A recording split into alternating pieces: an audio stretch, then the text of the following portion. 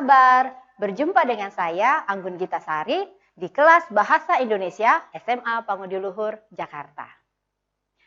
Kali ini kita akan belajar bersama-sama mengenai sebuah materi di kelas 12, yaitu tentang teks cerita sejarah. Nah, sebelum kita memasuki materi tentang teks cerita sejarah, ada pepatah yang mengatakan bahwa sejarah itu tidak harus kita bernostalgia, tetapi justru kita harus pelajari untuk masa depan kita dan memperbaikinya di kemudian hari. Nah, sebelum kita masuk lagi ke dalam pembelajaran lebih lanjut, pernah nggak kalian melihat teks ini?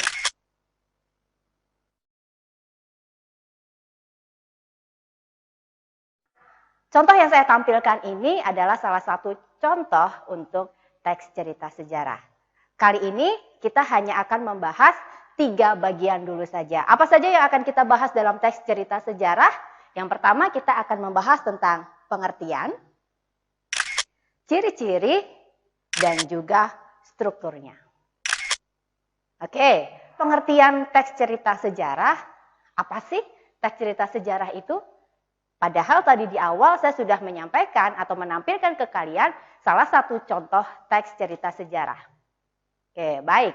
Teks cerita sejarah adalah teks yang memuat urutan peristiwa dari masa lampau dan peristiwa itu benar-benar terjadi serta memiliki nilai sejarah.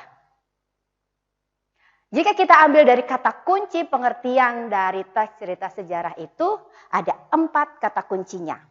Kata kunci yang pertama adalah urutan peristiwa. Yang kedua adalah masa lampau. Yang ketiga, peristiwa itu benar-benar terjadi atau fakta. Dan yang keempat dan yang paling penting adalah memiliki nilai sejarah. Keempat kata kunci inilah yang juga bisa menjadi ciri-ciri dari teks cerita sejarah. Nah, setelah kita tahu tentang pengertian dari teks cerita sejarah yang memuat 4 kata kunci itu tadi, berarti sekarang kita akan memasuki tentang ciri-ciri teks cerita sejarah. Nah, ciri-ciri dari teks cerita sejarah itu sebenarnya bisa kita ambil dari kata kuncinya. Ciri yang pertama adalah dia memuat urutan peristiwa. Dan berarti dengan kata lain urutan peristiwa itu kita menyebutnya sebagai kronologi. Nah, kalau kita bicara dengan kronologi berarti di dalamnya itu masih ada bagian-bagian lagi. Apa sih bagian-bagian dari urutan peristiwa atau kronologi dalam teks cerita sejarah? Yang pertama, kronologinya adalah dia memuat sebelum peristiwa, saat peristiwa, dan juga sesudah peristiwa. Nah, dari mulai sebelum, saat ini, dan sesudah peristiwa, inilah yang disebut sebagai urutan peristiwa atau kronologinya. Tanpa bagian ini tentunya sebuah peristiwa atau sebuah kejadian di masa lampau itu tidak akan terjadi. Nah, disinilah pentingnya kita mencari sebuah data, sebuah fakta, dan itu bisa kalian dapatkan di mana saja. Misalnya, kalian bisa mencari referensinya sebelum, saat ini, dan juga sesudah peristiwa di dalam urutan kronologis. Kamu bisa dapatkannya di internet misalnya. Di buku-buku sejarah tentunya. Dan juga masih banyak lainnya yang bisa kalian buat referensi tentunya. Kenapa? Karena ciri yang kedua adalah yaitu tentang peristiwa itu benar-benar terjadi atau fakta. Kenapa bisa bicara seperti itu? Bahwa kalau kita bicara fakta berarti peristiwa itu yang memang sudah pernah terjadi seperti itu dan juga ada tertulis siapapun nanti yang menulis sebelumnya mengatakan bahwa peristiwa itu benar terjadi sehingga itu bisa ditelusuri kebenarannya. Tidak hanya satu orang yang menulis, bisa 2-3 orang yang menulis dalam satu peristiwa. Nah, kamu bisa menggabungkan beberapa pendapat seseorang, cerita seseorang seperti itu yang berdasarkan fakta untuk kalian bisa masukkan ke dalam urutan kronologis yang tadi saya sampaikan. Sudah 2 ciri yang saya sampaikan. Saya ulang lagi, yang pertama berdasarkan urutan peristiwa atau kronologi Dan yang kedua, peristiwa itu memang fakta atau benar-benar terjadi. Dua hal ini saling berkaitan. Karena tanpa peristiwa yang benar terjadi, berarti peristiwa itu bukan peristiwa fakta, tapi fiksi. Apakah bisa seperti itu fiksi masuk? Bisa saja, tetapi itu akan menjadi cerita yang dilebih-lebihkan. Dalam arti itu akan menjadi cerita yang bersifat naratif dan kebenarannya belum tentu bisa dipertanggungjawabkan. Tetapi dalam cerita teks sejarah saya mengatakan fakta menjadi salah satu cirinya dan itu bisa dipertanggungjawabkan karena memang pernah terjadi peristiwa seperti itu. Oke, untuk ciri-ciri yang ketiga, peristiwa ini karena kita bicara tentang sejarah berarti masa lalu atau masa lampau. Apa cirinya kalau memang itu cerita masa lampau? Kebanyakan menggunakan konjungsi temporal. Apa itu konjungsi temporal? Kalau kita bicara kata tempo, berarti berkaitan dengan waktu. Nah, penggunaannya seperti apa? Saya rasa kalian semua sudah paham dengan posisi sebagai anak SMA, terutama di kelas 12 untuk penggunaan kata konjungsi temporal. Misalnya, kata saat itu, kemudian, setelahnya, dan seterusnya yang menggunakan konjungsi temporal menunjukkan bahwa ini salah satu ciri dari teks cerita sejarah. Itu adalah ciri yang ketiga, yaitu berkaitan dengan masa lampau. Salah satunya adalah penggunaan konjungsi temporal. Dan ciri yang keempat adalah dia memiliki nilai sejarah. Seperti apa memiliki nilai sejarah? Pasti setiap cerita akan menghasilkan sebuah pesan atau sebuah nilai yang memang sangat bermanfaat, bahkan menginspirasi orang lain dari ceritanya tersebut.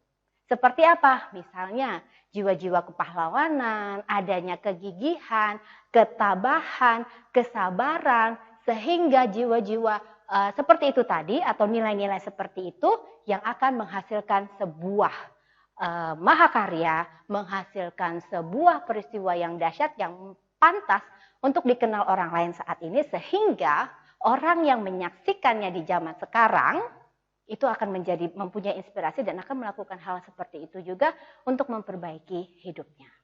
Nah, setelah kita mempelajari dua hal inti dalam teks cerita sejarah itu tadi, yang pertama kita sudah tahu seperti apa pengertian teks cerita sejarah, dan juga kita sekarang juga sudah tahu seperti apa ciri-ciri teks cerita sejarah. Dan yang ketiga di bagian akhir kita, tapi belum selesai juga, kita akan bicara tentang struktur teks cerita sejarah.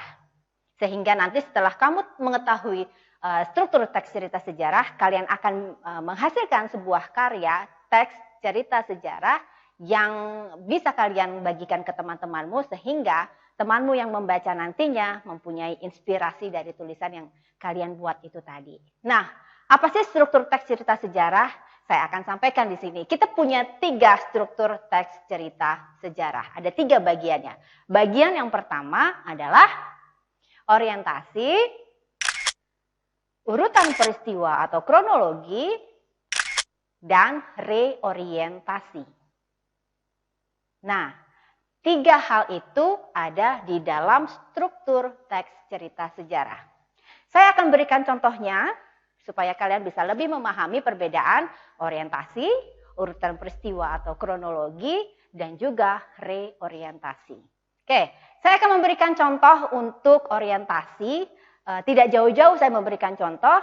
Saya akan memberikan contoh orientasi berkaitan dengan sekolah saya, yaitu SMA Pangudi Luhur Jakarta. Jika kita bicara orientasi berarti di dalamnya itu harus ada pengantar dan juga di dalamnya lagi masuk adanya sebuah definisi. Nah, karena saya sudah bicara tentang SMA Pangudi Luhur Jakarta, otomatis di awal atau pengantarnya saya juga akan berbicara tentang SMA Pangudi Luhur Jakarta. Begini contohnya. SMA Pangudi Luhur Jakarta adalah sekolah homogen yang bernaung di bawah Bruder-Bruder FIC. SMA Pangudi Luhur Jakarta berdiri pada tahun 1965 dan kepala sekolah pertama SMA Pangudi Luhur Jakarta adalah Bruder Honoratus Knapen. Nah, itu hanya salah satu contoh pengantarnya saja. Ada apa di situ? Ada definisinya yang menyatakan bahwa SMA Pangudi Luhur itu berdiri pada tahun 1965 dan juga di situ ada pengertian bahwa SMA Pangudi Luhur adalah sekolah homogen yang khusus hanya menerima anak laki-laki saja.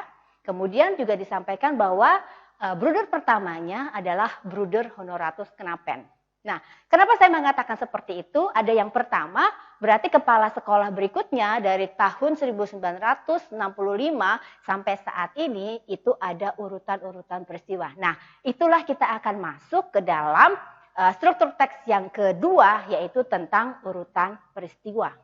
Seperti apa? Ya seperti yang tadi yang saya sampaikan, akan memuat sebelum, saat itu, dan juga sesudahnya. Nah, kalau tadi kita bicara tentang kepala sekolah pertama dan pasti juga ada kepala sekolah berikutnya. Nah, itulah kita akan masuk ke urutan peristiwa seperti itu. Boleh menyebutkan misalnya kepala sekolahnya yang pernah menjabat di sini siapa saja misalnya, atau misalnya sejarah bagaimana gedungnya yang ada di daerah Jalan Brawijaya misalnya, seperti itu boleh. Apakah ada perubahan fisiknya di dalam gedungnya seperti apa, atau bahkan profil lulusannya seperti apa, bagaimana dari setiap tahunnya. Nah, itu adalah urutan-urutan peristiwanya. Dan bagaimana dampaknya sekarang dari peristiwa itu? Nah, itulah yang akan kita masukkan ke dalam sebuah struktur yang ketiga yang dinamakan reorientasi. Nah, reorientasi itu yang seperti apa? Berarti salah satu di dalamnya adalah harus mengandung nilai-nilai sejarah. Nah, nilai-nilai sejarah tadi ada di mana? Ada di pengertian dan juga ada di ciri-ciri. Nilai yang seperti apa yang didapat dari cerita sejarah itu tadi? Apakah sebuah kegigihan? Apakah sebuah kesabaran dari seorang bruder sehingga menjadikan sekolah SMA PL adalah sekolah yang hebat misalnya? Atau seperti apa? Nah, orientasi itu adalah memuat nilai-nilai, dan nilai-nilai itulah yang bisa menginspirasi pembaca, menginspirasi orang lain. Kamu sendiri pun yang menuliskannya harus dapat nilai-nilai itu sendiri, dan kamu tuangkan ke dalam struktur teks yang ketiga, reorientasi, sehingga nanti siapapun yang membaca tulisanmu itu akan terinspirasi. Seperti itu. Baik, akan saya ulang lagi mengenai struktur teks cerita sejarah. Ada 3 struktur teks cerita sejarah. Yang pertama adalah orientasi, urutan peristiwa atau kronologi, dan yang ketiga adalah reorientasi. Kalau untuk orientasi itu berisikan tentang pengantar atau definisi sebuah kejadian sejarah yang akan kamu tulis. Kemudian urutan peristiwanya, kamu harus cari datanya, kamu harus cari faktanya. Itu tadi masuk loh ya ke dalam ciri-ciri teks cerita sejarah. Kamu harus cari data, kamu harus cari faktanya. Urutan peristiwa itu dari sumber manapun yang memang bisa dipercaya.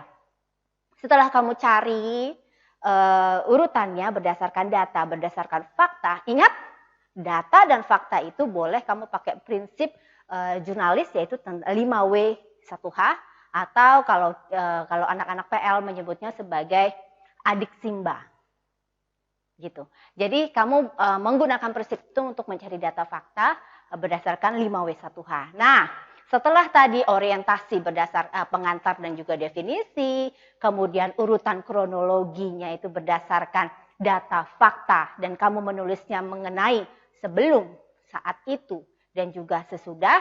Dan yang terakhir dalam struktur yang ketiga itu adalah reorientasi yang memuat nilai-nilai sejarah dalam peristiwa itu.